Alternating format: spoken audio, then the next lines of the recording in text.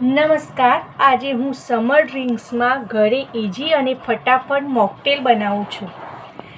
તેની સામગ્રી: અડધો ગ્લાસ મેંગો ફ્લેવરનું શરબત, અડધો ગ્લાસ સોડા અને 2 ચમચી વેનીલા આઈસ્ક્રીમ. હવે ગ્લાસમાં શરબત લઉં છું.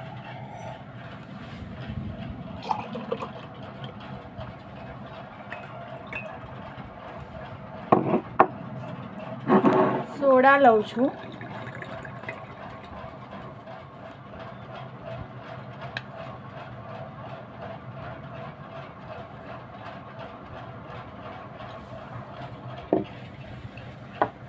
આપ પણ જરૂરથી બનાવજો. Thank you for watching.